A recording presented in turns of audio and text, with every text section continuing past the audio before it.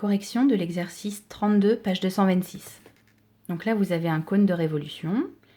On vous demande d'abord de tracer le triangle SOA en vraie grandeur. Donc le triangle SOA, il est rectangle en haut. Vous connaissez la mesure OA, qui fait 5 cm. Donc ce que vous commencez à faire, c'est je trace OA 5 cm.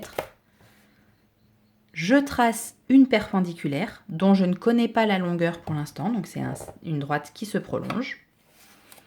Avec mon compas, je mesure 13 cm, je me place en A et je trace un arc de cercle. Du coup, l'intersection de cet arc avec la demi-droite O vers S est notre point S. D'accord ? Et après, je relie S à A et j'ai bien mon côté de 13 cm. Ensuite, on vous demandait de calculer la longueur OS. Donc là, on est dans un triangle rectangle. On connaît l'hypoténuse, en face de l'angle droit, et un des côtés de l'angle droit. On applique le théorème de Pythagore, mais on fait bien attention, c'est une soustraction. Donc on peut écrire que SO au carré, c'est l'hypoténuse au carré, 13 au carré, moins le côté qu'on connaît, OA, 5 au carré. On trouve 144, la racine de 144, c'est 12 cm. Calcul du volume du cône.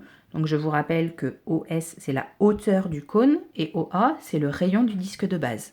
Donc pour calculer le volume, pi fois rayon au carré, 5 au carré, fois la hauteur, 12, divisé par 3. On trouve 100 pi cm3. Et si on passe en valeur approchée, 314,2 cm3.